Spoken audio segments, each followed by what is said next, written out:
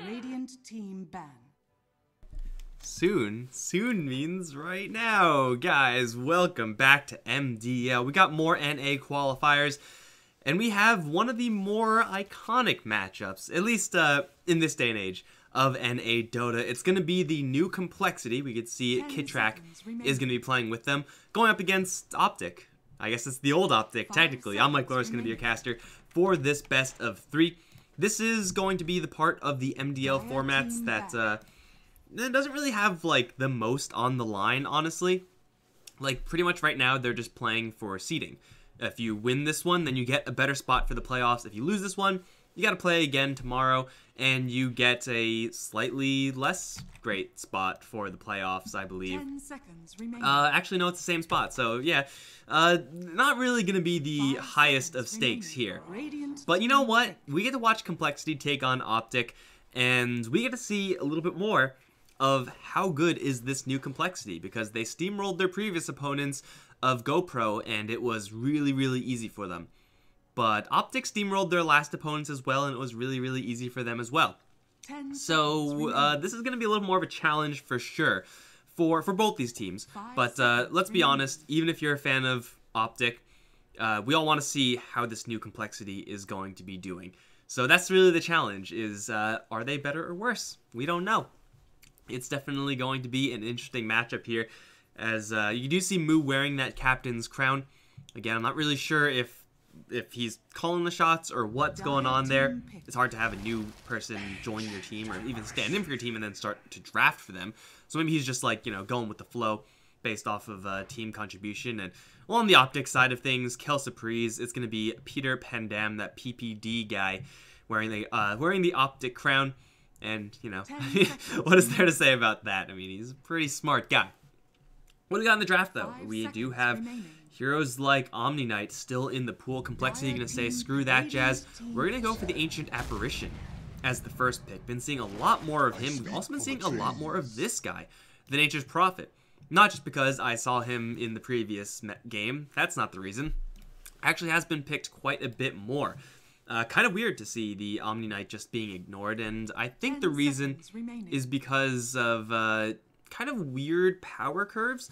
There are very few situations where the Omni Knight is going to be just, like, absolutely shut out of lane and then just completely useless. That's usually not going to happen. But what is going to happen is that he does decently in lane, and then that's kind of it. Like, he just doesn't have anything else afterwards, which is really awkward, because you really want to have that offlaner have that good laning phase, or have a laning phase. Doesn't even have to be good, could be just mediocre, and then have something definitive to contribute. And with Omni Knight, like, you can do a lot of damage going for the movement speed, getting the drums, getting the radiance, but while you're waiting for that radiance to be built up, you do have those drums and phase boost, you're so powerful, you take a little bit of a dip down in your effectiveness. So I think that power curve issue is really the reason why we're seeing just a little bit less Omni Knight. Still is an incredibly potent hero, but when Omni Knight and Razor are both in the pool, you don't really want to be playing that game, at least that guessing game, when you can instead be picking up these rock-solid heroes. You're never going to say, oh, damn, I regret our Puck pick, that was a bad one. No, man, the Puck's going to do some pretty good work for you every single time. OpTic going to grab that Sand King, definitely some of their bread and butter, and going for the Nature's Prophet as well, which is, again, a hero that we don't really see all that often, but we've seen a little bit more as of late. It is kind of bold to be picking up the Nature's Prophet this early. Of course, if you don't pick it up this early, it might just get banned out, which is never fun. But now it's going to give complexity a little bit of a guaranteed kind of drafting route in this game. They already have the Puck, they already have the Ancient Apparition. Both these two heroes are pretty darn good, actually, at handling Nature's Prophet, and to some extent the Sand King as well. But getting initiation type heroes, I think Batrider is probably, like, the hero to name if you're talking about Nature's Prophet counters. You know, those type of heroes, those 4 positions that really want to hunt down Nature's Prophet. If Complexity are still in the market for a Clockwork, this seems like a pretty good spot for it. Getting some additional AoE, definitely not too bad from the call side either. Kind of, you know, plays out some of their draft potential. They could just go and say, you know, we're good with our Nature's Prophet counters right now. We're going to go to some other plan and just say, you know, we're okay with this Nature's Prophet situation, and that's all well and good as well. But that's going to make these bans from OpTic all the more challenging. They'll still take down that Terrorblade. But with an Ancient Apparition, the complexity 5 safe lane, seconds remaining. or at least that one role hero, the chessy hero, definitely have quite a multitude of threats just because of the existence of that AA. We just saw Complexity play a Drow Ranger draft. I don't think OpTic did anything crazy in their games. I didn't see the first one. In the second one, it was just a really quick Terrorblade timing push, it looked like, of what I was watching from it. But Complexity have shown that even with the stand-in, they're kind of okay going for these off-the-wall strats, these very corner case timing-based pushes.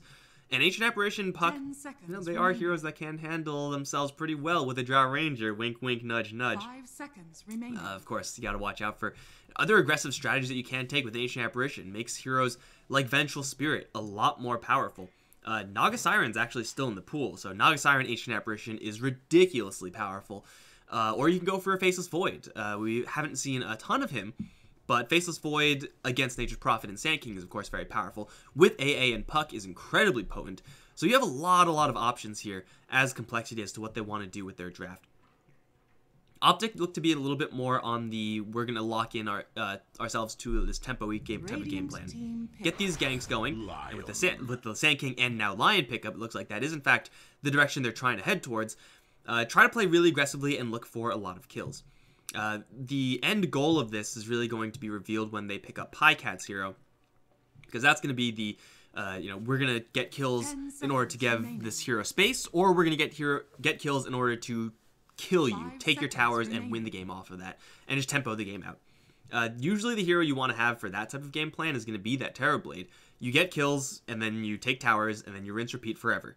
That's just how you win the game. And Terrorblade is just powerful for other reasons as well, but they could also go for a little bit of a slower strategy, in which case they're definitely looking for a little bit more of those turbo late game heroes. Just saw an Alchemist earlier, but I think that's probably a little bit less likely. Usually those turbo late game heroes just aren't picked up anymore. Like heroes like Spectre, heroes like, I guess what used to be like carry Naga Siren.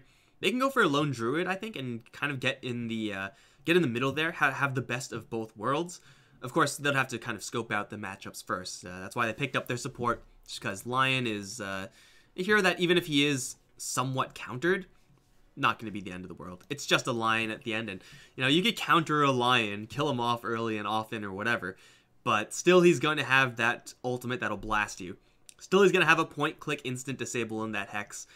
You're not going to go wrong and have your Lion completely locked out of the game unless some very weird circumstances are going to happen. These extra disables certainly will be nice for OpTic should Complexity be considering going in that Faceless Void type of direction, or even that Drow Ranger type of early game aggression direction. Having a Finger of Death is absolutely massive. Call will not go into any particular direction, though. Again, it's going to be very safe picks for them, picking up that Rubik. Pretty easy combos with the Ancient Apparition. Is not the best hero at dealing with a hero like Nature's Prophet from that 4 position. Looks like he's going to be played in that capacity. But still, you're looking at Rubik Ancient Apparition combos. So being able to lock down someone enough to get that guaranteed Cold Feet proc, getting those chilling touch hits from 2 heroes at a range, absolutely destroys heroes like Lion, and Sand King is slightly bulkier, but definitely won't fare all that better. All that much better. That's how to English properly. So both sides remaining incredibly open with their draft, and this is really where OpTic have to show their hand. They could go for CCNC's hero, pick up a mid lane, although usually those safe mid laners, the safe mid laner you want to pick up in this case is DK. They can go for a Death Prophet as well, get even more push. That's definitely not the worst plan in the world, as Complexity don't really have the best heroes at dealing with the DP, but still you do have to watch out about roaming Rubiks and Ancient Apparitions, roaming into your lane, getting that Cold Feet on you, and with those chilling touch hits. Even though DP is a kind of bulky-ish hero, she will still fold to that. Hell, even heroes like Viper, like magic-resistant mid-lane heroes, they will still fold to that because the combo just is that powerful. Alternatively, they could just go for Pycats here. I mean, you definitely do want to save last pick for your mid lane if you can. Or, no, they'll just go for the Viper. And they're reading no physical damage at all from Complexity here, like none. So having a magic-resistant hero in that Viper, definitely going to be one of OpTic's safer picks. Could have maybe gone for a Lifestealer, although AA typically has a pretty good time against that. complexity grab an Underlord, and this is looking very similar to what they won with in the last game. Mu Underlord ran an absolute clinic over GoPro in the last game. Lanes don't really look all that much more dangerous in this particular one. Lots of stuns for sure, but it doesn't seem like OpTic have a lot of early game damage. The last game, complexity, they sequenced their picks a little bit differently, but they ended up with the Drow draft. And definitely seems like they have a chance of going for something, maybe not necessarily a Drow draft, but also going for something that's very aggressively slanted. And with the Luna being banned out, a hero like Venge will be probably one of the more aggressive heroes that they can pick up. Again, Lone Druid is definitely a possibility. Getting a Radiance might be a little bit jarring to their timings. But they definitely do have those options. Because OpTic right now are kind of ill-equipped to deal with an Underlord. The hero is really, really bulky. They will need a really heavy-hitting hero for Pycat. And they will take out that Lifestealer, which would have given them that Radiance carrier. And even though you do cancel out the Lifestealer's life-stealing with the Ancient Apparition ultimate, you don't really have many other tools besides that to deal with the Lifestealer. So that otherwise would have wrecked complexity. If they let that Lifestealer through, I want to say like 95% plus chance that OpTic snap that one up and just instantly win the game because of it. 5 seconds. But complexity still looking for their Chessie hero. Most likely Chessie hero. I don't imagine they're going to shuffle things up that much. I don't know. OpTic, they could go towards that early game themselves. Definitely seemed like Lifestealer was the premium hero they were looking for. Morphling is okay here, actually, for complexity, if they want to get away with that. They're just going to stick to that Faceless Void. It's not really going to be the most aggressive hero that complexity can pick up, so definitely taking a little bit of a slower tack to this one. But opting for Teamfight instead, getting that Chronosphere, and OpTic will grab the Drow Ranger. Okay. Well, I mean, I was just looking at complexity's Drow Ranger because they just ran it. I guess that's just my failure as a caster to see that OpTic also have a pretty nuts Drow Ranger draft. Viper with Drow Ranger damage is obviously just crazy, and this extra damage is actually going to let them handle this Underlord. From a safe lane standpoint, Underlord can mess with a Drow Ranger to some extent, but not when he's also being bared down upon by a hero with extra damage in the form of the Lion, and 2 heroes with stuns in the form of the Lion and the Sand King. So they have now a really, really high damage draft OpTic. I was saying earlier, like, they're kind of lukewarm in the damage department. Still, they needed Pycat's hero to really give them a lot of direction.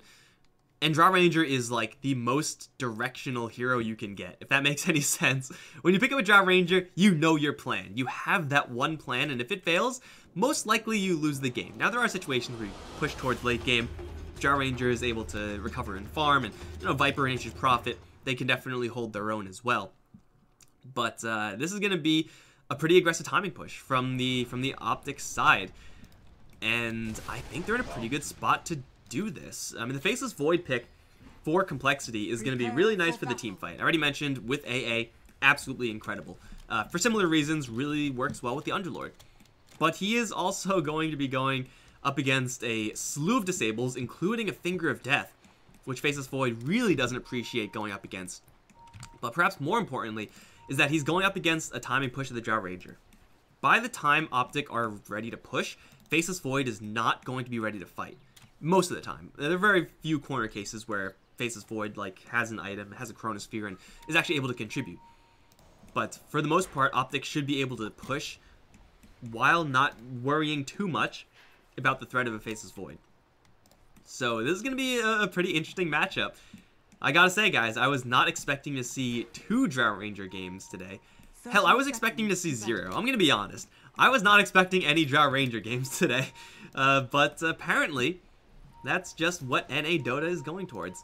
Now, for right now, they are going to be kind of juggling their heroes back and forth. Most likely, Pycat is not going to be soloing the top lane as the Drow Ranger. Definitely needs some help there. But we will see where these additional kind of roamers from OpTic are going to end up. The Lion and the Sand King are both very potent, but then again, so is the combo of Z-Freak and Kit Track on the Rubik and AA respectively. Like it'll just be a 2-2 Bounty Rune split. And these 2 supports for OpTic can make or break their game. If they just get a handful of kills, just one here, one there, and then you have two, and then you're done, right? That's all you really need. Alternatively, if they get locked down because they run into too many heroes with too many chilling touches, then things can get really sour. Note the Sand King does have double mango, so he has a lot of regen, a lot of durability, a lot of staying power, but not a lot of aggressive power because he doesn't have those boots. He doesn't have any wind laces, so actually landing a burrow strike with level 1 is, like, impossible. Level 1 burrow strike sucks, man. Like, you never really want to be using that. And right now, 33, just on the kind of scout role, just wants to see where Z-Freak is, wants to see where Kitrak is, just to give his allies a little bit of intel. And the Drow Ranger does, in fact, end up in the bottom lane up against the Underlord, which is, probably going to be a fine lane for the Drow, regardless of whether or not she lands up against the Underlord or the Faceless Void. Should be about similarly decent for her. This is slightly worse, because PPD has to deal with this. He's just getting his ass whooped by the Underlord with plus 20 damage, and he has plus 3, so wow. Yeah, good luck competing with that number. But he's going to be, like, hitting Moo all day. It's only going to work for so long until Z-Freak comes in, lifts up the line, and now PPD is going to, well, hit them both on average. Unfortunately, that's not how this game works, so he's just going to go down. Definitely did not see that Rubik rotation coming in, and once again, we have Moo off to a roaring start. He absolutely smashed the last game in favor of compLexity. And having a farmed Underlord up against a Drow Ranger draft means that you can have either, well, last game he went for the Helmet Dominator, but you're going to get a big aura item, and those auras, if it is a defensive aura, i.e. Crimson Guard or Mechanism, or hell, even the Helmet Dominator for a little bit of extra offensive power, you cut the Drow Ranger's effectiveness down so much from an off-lane hero. Not to mention the fact that you also have that Atrophy aura working away. And if you get on top of the Drow Ranger with Atrophy aura, you are going to put her in a trash can. Like, that's just going to happen. So, giving Moo a decent start while sacrificing Chessie may not seem like the most intuitive thing to do, but in the short run, and compLexity are 100% worried about the short run, this is the correct move. So yeah, Chessie is having a tough time. That's pretty much to be expected. He's going up against a Sand King, kind of playing support, but also looks like a core at this point, 33. He's messing with the Faceless Void quite a bit. Radiant Courier, ooh, Zai jumps in and snipes him, taunts, and then teleports out. Dude, that is some serious BM. They are going to leave 33 alone on this top lane. Gets dilated. Time walk from Chessie a little bit off, though. Can't go in for a couple more right clicks. But at this point, Faceless Void up against the Sand Kings in a really tough spot. So is this Rubik, however. On the bottom lane, couple Treants going in front of Z-Freak. The body blocks from Zai are good enough to get this kill. And Moo can't really do enough. And now he's kind of getting blocked as well. The wall of trees. Another spike from PPD. And the right clicks persistent from Pycat will get them 2 kills. That Zai rotation, though, absolutely backbreaking. And usually it's going to cost you something. But 33 is not having a big issue up on this top lane. Oh, unless he gets bashed. Is there bash from Chessie? There's no bash from Chessie, so you're not going to get bashed now, are you? So this rotation from Zai is getting the Sand King a very favorable matchup. There's not much threat between these two heroes. Caustic Finale eats Faceless Void alive. Like, you can only time walk so many Caustic Finales before you just kind of get your ass whooped like this and you have to fall back. He's going to be shoving the wave, so he'll get a lot of experience, but at the same time, the Sand King is having free reign of this top lane. And at the same time, we're having this Nature's Prophet who has, you know, usually a pushing ability. Turns out it's actually a gigantic slow as well. Able to contribute and shut down Moo. Again, a hero that is very, very important for OpTic to find success with, for compLexity to find success with.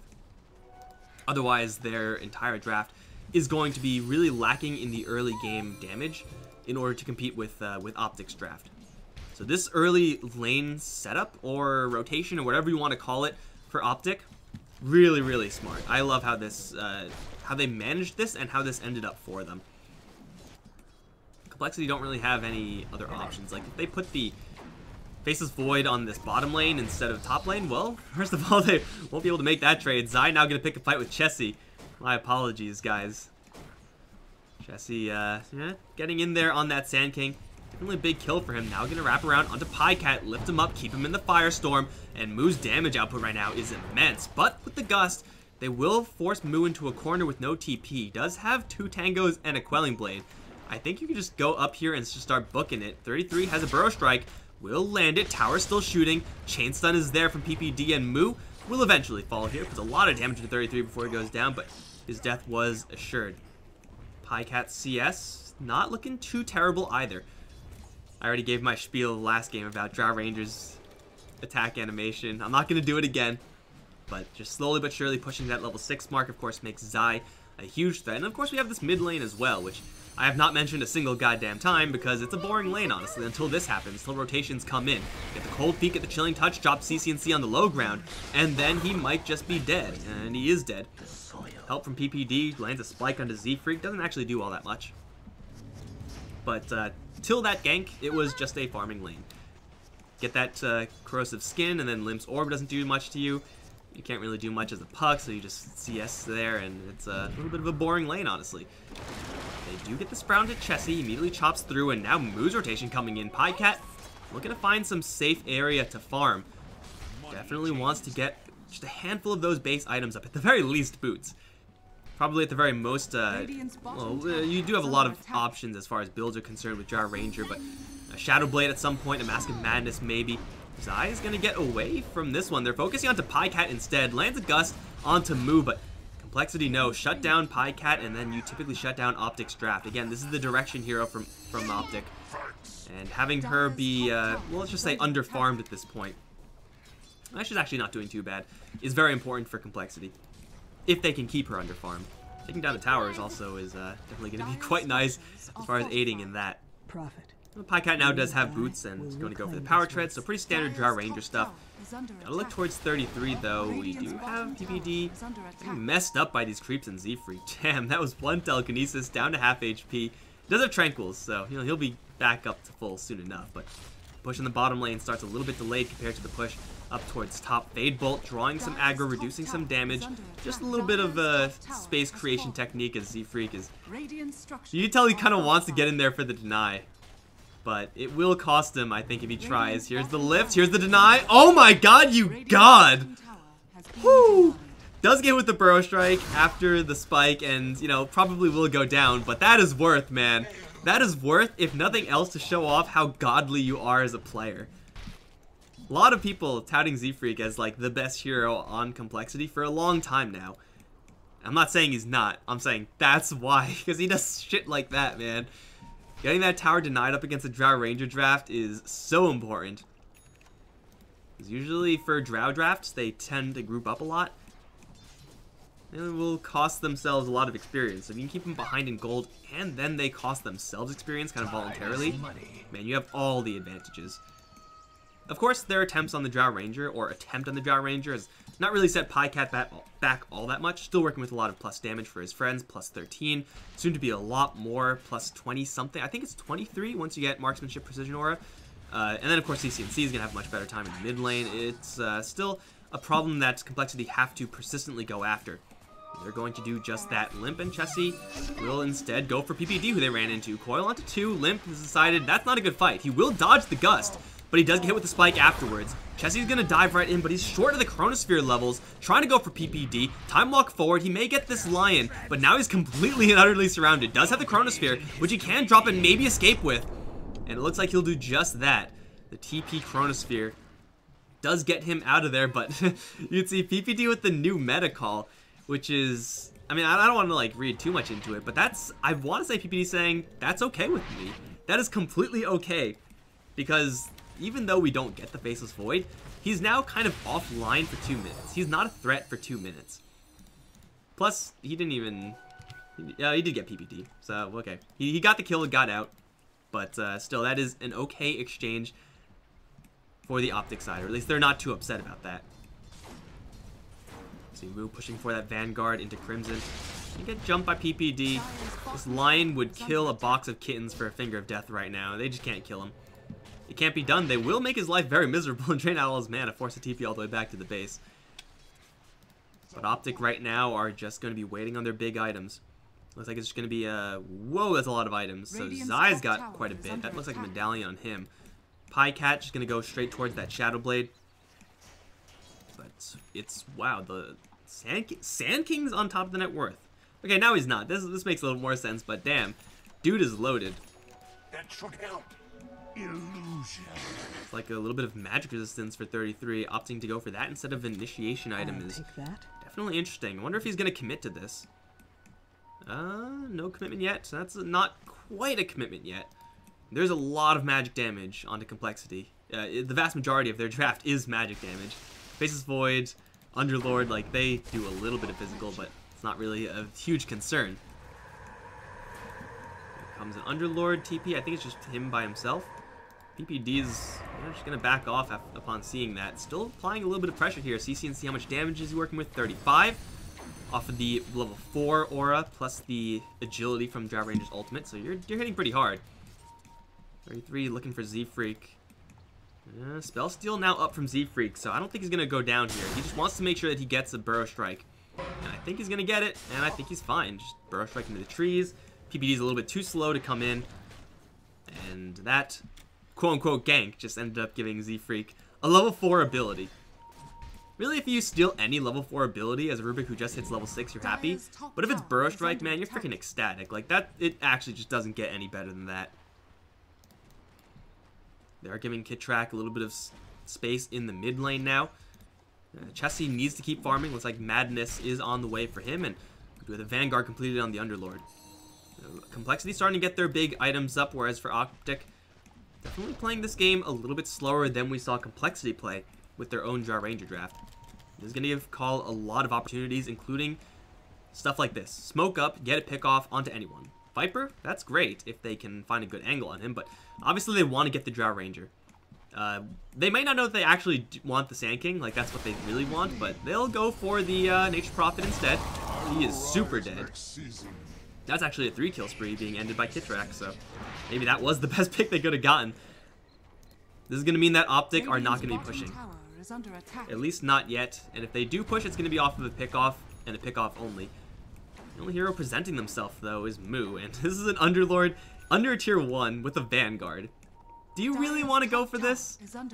I'm no expert, but it seems like this might be a little bit of a risky move, especially when PPD starts tanking the tower. He does have a Finger of Death, but yeah, that was not worth. With a third hero, with 33 coming in, this probably will be worth. His hood is now complete. Just looking for a good angle. Zai, ooh, almost snipes the courier again. He gets one more shot. No, it misses.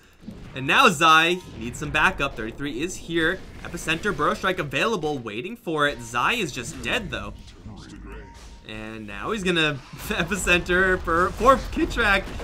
I don't know if he deserved that one, man. He's gonna get the kill. Takes an Ice Blast to the face, though. That's the hood holding strong. In the meantime, they jump after Moo as well. He's so tanky. Tries to get the Dark Rift off, but it's not in time. Finger of Death cuts him down. As now it's going to be the Viper in a compromised spot, way too far behind enemy lines. Sand King does have a Burrow Strike to get out of here, but of course Rubik still has his. Burrow Strike from the low ground. Ooh, they cross paths. But it looks like it won't matter because 33 is still in a compromised enough position to get this kill. He has no mana. He's being chased down by everyone and their mom. Tries to get into the Roche pit. Not going to happen. It's going to be Complexity dropping that Underlord, but and the Faceless Void as well. And it looks like Kittrack. Wait, no, Faceless Void didn't die. I'm sorry, it was Kittrack and Moo to die. But they end up cleaning up OpTic. OpTic, in the meantime, are farming with Pycat. Shadowblade pretty close to completion, but so far, no huge aggressive moves with this Drow Ranger, at least none that have ended with a high degree of success. Fights like that usually expect to go in favor of OpTic, because usually they just have overwhelming damage thanks to that aura from the Drow Ranger. Not quite the case when the hero you're trying to go for has a Vanguard behind a tower, so you end up wasting, maybe not wasting, you end up using a lot of your time hitting into a Vanguard with your physical right clicks, and you're taking damage the entirety of that duration. So that's a very costly kind of maneuver there for OpTic Gaming. Like, it just costs them a lot of time in that exchange, and Complexity in the meantime are, you know, killing people very quickly. Because these OpTic heroes, with the exception of the Viper, not that bulky, and even then, the Viper is kind of low on the net worth. I kind of expected him to have a little bit more than this. The matchup for Puck isn't like hugely Viper favor or anything like that. It's fairly even, but with this damage, with the extra damage you get from the Drow Ranger, I think it is pretty advantageous for the Viper. He's 1 and 2, hasn't really had the best of times, but just looking to bulk up right now as they do wrap around once again behind the tower. Limp gets a phase shift off, silences the Sand King, and is free and clear to chase after PPD. In the meantime, Moo kind of being dove, but off to the top side is where the Ice Blast can land with the nice Bro Strike from Z-Freak. And now here comes the Chronosphere. That's going to be an easy 2-kill. They drop a coil onto 33, praying for the bash. Not going to happen. Bro Strike Epicenter does quite a bit of damage, but won't get the kill on any of these heroes, as now he's silenced and swarmed. He's dead as well. Z-Freak grabs a double. And that is why Z-Freak is very often touted as one of the best players on compLexity, landing a 2-man Burrow Strike, setting up for the easiest Chronosphere ever, and OpTic will just get absolutely wiped. Now, keep in mind, all of these fights are in the context of PyCat is farming. So OpTic aren't really committing everyone, whereas compLexity are. With the addition of the Drow Ranger, who now has a Shadow Blade, OpTic's damage output will absolutely skyrocket. I'm not really sure if it's quite going to be enough if the fights keep happening around here, though. Shadow Blade is a pretty garbage can item if you're looking to tower dive with it, because the element of surprise isn't really there. Although catching off random Rubiks makes Shadow Blade a good item. So there you go. Easy value there from PyCat. Jeez, 401 gold from a Rubik pick. Alright, well, he's going to get another Shadow Blade activation after this invisibility rune, so he's just going to be like blinking in and out of visibility here. Although he's a little bit short in the damage, gets first hit bash. Chessie, oh, he's racing, but he doesn't have the Chronosphere, nor the True Sight. Although if you have Chronosphere, you don't need True Sight. So OpTic Gaming on the kind of losing end of quite a few engagements. Still are farming crazy good, though. Even PPD, like, he's on top of the supports of the enemy side, which for a Lion is an accomplishment in and of itself. Of course, 33 is rolling in the dough, looking for that Blink Dagger, and Zai, although he is a kind of support Nature's Prophet in this game, he is still Nature's Prophet. It's so easy to get gold as NP. Maybe CCNC isn't quite as rich as they would really like, but the spread of farm is so even on OpTic. And because of that, they actually can push this draft a little bit later than they otherwise would like. If the Drow Ranger was the only one getting farmed at this point in the game, like, the game would be over. Like, it just can't be won anymore. Because they have so many varied threats, including split push and initiating heroes, like, they could still take this game a little bit later. That's not going to be their goal. Like, they would really rather not do that, but they can if they need to. Oh, Chessie has a Shadow Blade Mask of Madness now. So he's looking to one-up that Drow Ranger. Oh, PPD almost tanked the smoke gank. Will take the smoke gank, actually, as he's going to get the Rubik stunned up, but loses his life immediately for it. They've also caught the Sand King here. Now, he does have a hood, which he has yet to pop. Has a Burrow Strike as well, which will dodge the Ice Blast. Deep in the trees, Time Walk, Blind, Chronosphere, no. He actually used Mask of Madness, hoping for a second shot with the bash. They do get PPD, but that's completely okay for OpTic. Losing a Lion there is whatever. In exchange for Moo, that could be really good, because now he's tagged with the Ice Arrows. He's incredibly bulky, but you know, he's only so bulky up against the 3 heroes hitting with plus 47. Jeez. Man, it always astounds me how much damage Drow Ranger gives.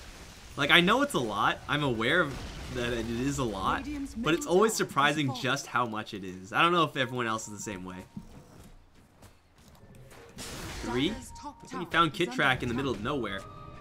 Keep on top of that Ancient Apparition. Z-Freak is here to give him a little bit of assistance, but Zai is gonna just make sure that this is a free kill. And it indeed is. Easy on Kit Track. 18, 19 minutes in. Right now, the game is pretty much as even as it can be. The burden of this game kind of still falls onto OpTic. And by that, I mean they are still the team that has to make more moves in this game. As opposed to compLexity, you kind of just chill. So, OpTic, though they are playing a slow game for right now, the longer this progresses, the worse it'll get. Especially if this happens. PyCat gonna get jacked up trying to steal a couple of Ancients. Will lose his life, give over Gust. Which is, I mean, I guess that's... you could still... Can't you steal the Precision Aura activation? I don't know if that's really good on Rubik. But hey, he gets a point-click silence. That's pretty good up against someone like a Sand King and a Lion. That's actually really good. It's no Burrow Strike, but, I mean, you don't have a Blink Dagger yet, so you can't really be too picky now, can you? Burrow Strike, 33 has his now. Here's the Epicenter. Oh, but the PPD Lion can't get close enough, which means Limp takes actually no damage at all from that Epicenter. Moo is here to give them a little bit of backup. PPD peels off to the left. Probably looking to sacrifice himself for his teammates, unless he doesn't have to. Okay, no, he has to. Spikes? No, can't even get it off. There's that waning rip. Chessie, Burrow Strike over in mid, immediately stolen by Z-Freak. Burrow Strike's out of there, and Chessie dilates and time walks out of there as well. compLexity are just getting a pick off here, a pick off there, but the end result is that they're staving off this push from OpTic Gaming while losing no one. As I say that, Chessie is going to be in a little bit of trouble. 33 has a blink and a Burrow Strike soon. It's just in range, but he's pretty well hidden in these trees. And he time walks straight out of there. Like, even if compLexity weren't getting these kills, even if every single exchange, if they resulted in a 0-0 kill exchange, they would still be okay with this. Because they're occupying the time of OpTic, burning cooldowns, wasting their mana, wasting their resources, in order to get no structural damage done with a Drow Ranger draft. This game style is really, really favoring compLexity right now. And still, it's up to OpTic to try to put this, put the pedal to the metal. But they have the Blink Dagger on 33. They have the Shadow Blade on Drow Ranger. It really doesn't get that much better than that. Like, they have all the initiation items they want. Of course, Zai is still on his way to just becoming an absolute powerhouse of Nature's Prophet. Yeah, it's kind of unavoidable at this point. He's working towards the Orchid. But as the Nature's Prophet gets more farm, the Drow Ranger typically tends to get a little bit of less farm. And if the only hero that's keeping you afloat in a game is Nature's Prophet with no hero you're farming for, then you're in a really bad spot. Pycat Drow Ranger is not a terrible late game hero, but I don't know, like kind of buying space for a Drow, that's not really the type of game state you want to be in. And now the Crimson Guard's up on the Underlord, so much durability. Oh yeah, I mean, he has 2,000 HP. That in and of itself is a lot to grind through.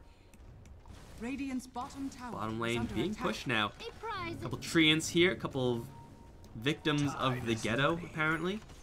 Name that one. I don't understand that reference, but that's okay. I don't have to. Trying to pull off the creep wave. Z-Freak.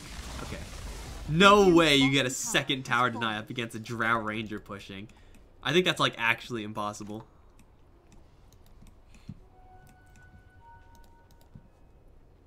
Pycat now does have that silver edge up. Break off some pretty nice things. Gives him, at worst, just an ultimate orb in his inventory, so that extra stats is you know, quite nice for the Drow. What's Aura at? 53? It's pretty darn good. But all this damage doesn't seem to really be doing all that much. And compLexity, especially with this. Geez, he has Crimson and Pipe. Yeah, Moo is just an absolute tank. And he's a tank that makes his allies tank also. He is an equal opportunity tank giver. I kind of wanted to see a lot of this from OpTic in this game. Just a lot of smokes, a lot of aggressive play, a lot of tower pushing. I mean, it's a Drow Ranger Nature's Prophet draft, right? It's like, what do you really want to do with that? Sit back and farm? CCNC kind of is sitting back and farming, because he's not the one to make plays. He just goes with his team when his team makes plays. That's the Viper life, man. You don't call the shots, you never really do. It's kind of the common trend we're seeing nowadays. Viper is just kind of getting the shaft. Not unintentionally. I mean, he is farming really well, all things considered, because he's not really moving anywhere. He's just sitting in the lane, getting golds, getting creeps. In fact, both sides are kind of doing that. Man, I never really would have anticipated this Drow Ranger game would turn into a sit back and farm fest. This is why the crowd tunes in. This is what we want to watch. Drow Ranger drafts into farming games. Exciting stuff. Radiant's top tower is under attack. I'll take your tribute. Doesn't understand they can't group up into an Underlord and a Chronosphere. That's right. So what you gotta do is you gotta try to freaking kill the Chronosphere. If you sit back and just let him farm, this happens, and then you're in a really bad spot. Ice Blast, that's a little bit off, I think. Lots of damage still on the Viper, enough to get the kill, in fact, and now the face is Void with the minus armor on him. He's gonna get torn to shreds by Pycat, who's also found Kit Track with a little bit of damage low, but now here comes 33 in from behind. Limp and Z-Freak both taking a lot of damage at Musa in here as well. With the Crimson Guard, suddenly everyone's seemingly invulnerable. 33 teleporting out will actually make it out alive. They do take down that Faceless Void, but at the cost of 2 heroes. Again, this is the side effect of OpTic. Not finding these opportunities, not going for them aggressively enough. Radiant's Drow Ranger and bottom tower is Viper, under that's attack. a significant cost. Over in bot land, it is going to be a little bit of a push. Forces move back, but it's not really a terribly huge deal for him. Game is certainly hard for OpTic. Gotta wait at least for this this respawn timer. And then in the Chronosphere, it's gonna be a little bit of a downtime period, but I don't think it's gonna be enough for them to actually do anything huge. Unless Seafree gives them an opportunity. He's gonna get hit with the silence from the Orchid. Just blinks straight out of it. And here comes OpTic once again. Knowing that the Chronosphere is down, we'll wrap around, find... Oh, the Faceless Void's gonna see him though. And that was not a smoke or anything like that. That was just a walk-in play. They will go in onto the puck. Ice Blast cover, giving him a little bit, but for sure not enough. Limp's gonna get sniped. That's a minute on the sidelines. OpTic have found a little bit of a timing here. That's no puck for 50. Chronosphere is gonna be up soon enough, but without a puck to really aid them in those finishing blows, I think OpTic have a chance for an objective here. They'll choose the Roche. Definitely the safest one to go for right now. It's pretty much a gimme. If they can keep compLexity off of these cooldowns, kind of like kill a hero, take a Chronosphere, trade, keep doing that, that's how they get back in this tempo game. Seems like a little bit of a late start, but you know, with these heroes, again, Nature's Prophet, a super farmed Sand King, not quite as farmed right now, but still is reasonably fat. They can still make this tempo game happen on a later start. Especially if they get another pick off. And Chronosphere is up, puck is up. Right now, compLexity are at full strength, but they're not together. And then they kind of get together. Okay. So for OpTic, they end result do get an Aegis. Put it on the Drow Ranger, it looks like. Still not bad. It's definitely what they need to be doing.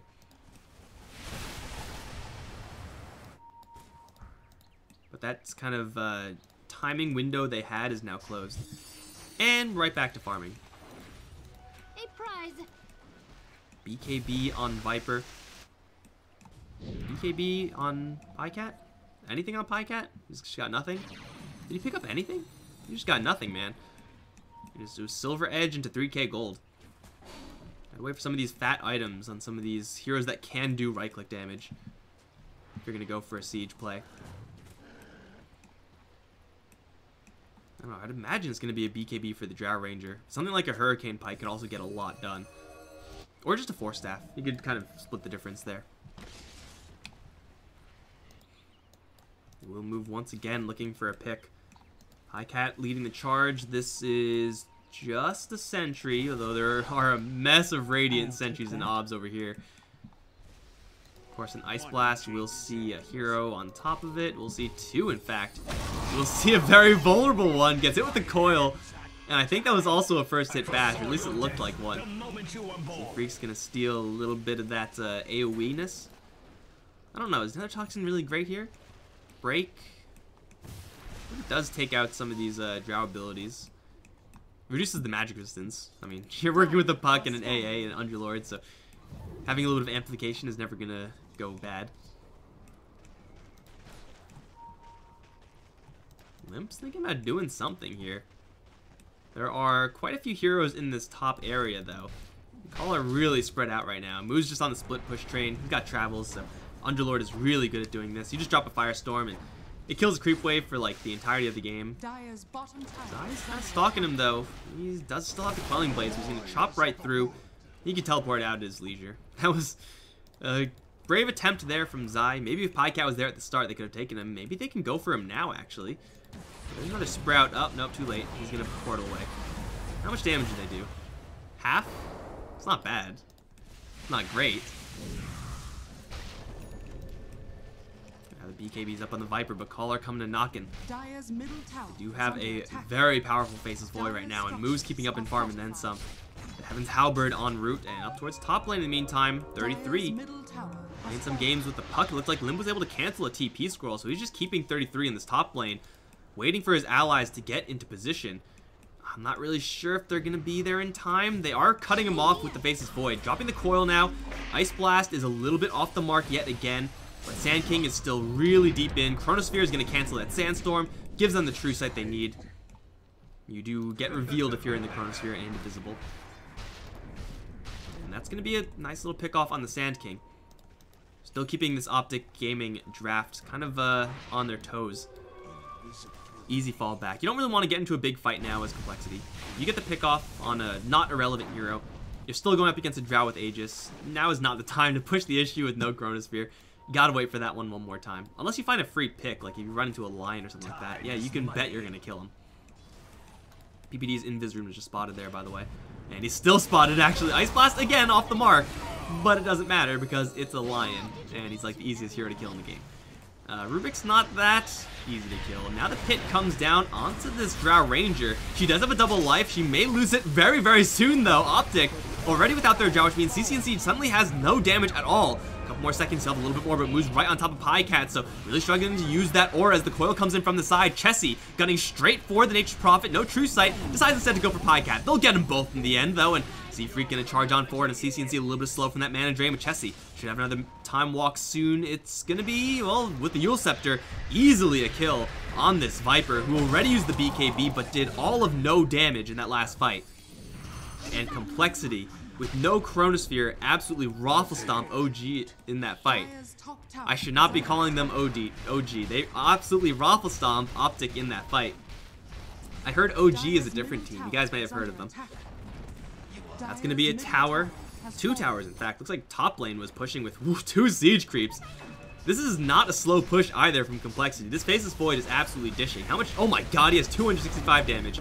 Off in the side, Epicenter doing quite a bit of damage here, but now the Sand King lifted up. Hood not going to do anything for him.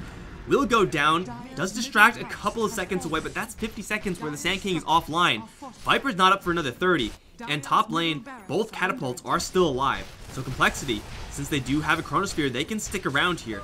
Kitrak's not too healthy, Z-Freak's not too healthy, but they are funneling some restoration into Limp, so they are looking for 2 sets here. This Underlord, with 150 damage, is hitting like an absolute truck, and he's tanking like an absolute tank. They're going to try to get that puck, but good luck doing that. It's going to come in, assassinate PPD. He's down for a minute now. And OpTic are on the verge of losing 2 racks, just like that. Moo is untouchable right now. If he just Heaven's Halberds on, oh, they're going to cancel the Dark Rift, get you baited into the Chronosphere, into 2 kills. Alright, well that's oh, BKB also used from CCNC there out of panic. That's GG. Okay. I gotta be honest, I did not expect that ending to happen so quickly, but I'll tell you what, guys. I'll tell you what. That is kind of what happens when, as a Drow Ranger draft, for one reason or another, you are unable to push those towers, unable to play aggressively enough. Now, yes, there is Chronosphere with a lot of team fight backing it up, which is the reason to pick up a Faceless Void in this game as complexity. But I really think it's this guy. This one big Underlord. Now 2 games in a row now. Moo getting what seemed like a complete free laning phase. Gets absolutely stacked up and near invulnerable. And his items just make his allies so tanky as well. Like this affects his allies. This affects his allies. This doesn't quite affect his allies in the same way. But still, like you disarm Pycat, you disarm CCNC. They're doing no damage. So much resistance coming out of this Underlord. Who also has the Atrophy Aura on top of it. As if that wasn't enough. Just way too much for OpTic Gaming, who kind of missed their timing there. But you know what? This is going to be one of the more forgiving NA qualifier formats from MDL here. So we're going to go into Game 2, and we'll see if Complexity can keep this train rolling, because currently right now with Kitrak, they're looking pretty darn hot. Guys, I'm Mikelorus, and I'll be right back in just a little bit for Game 2.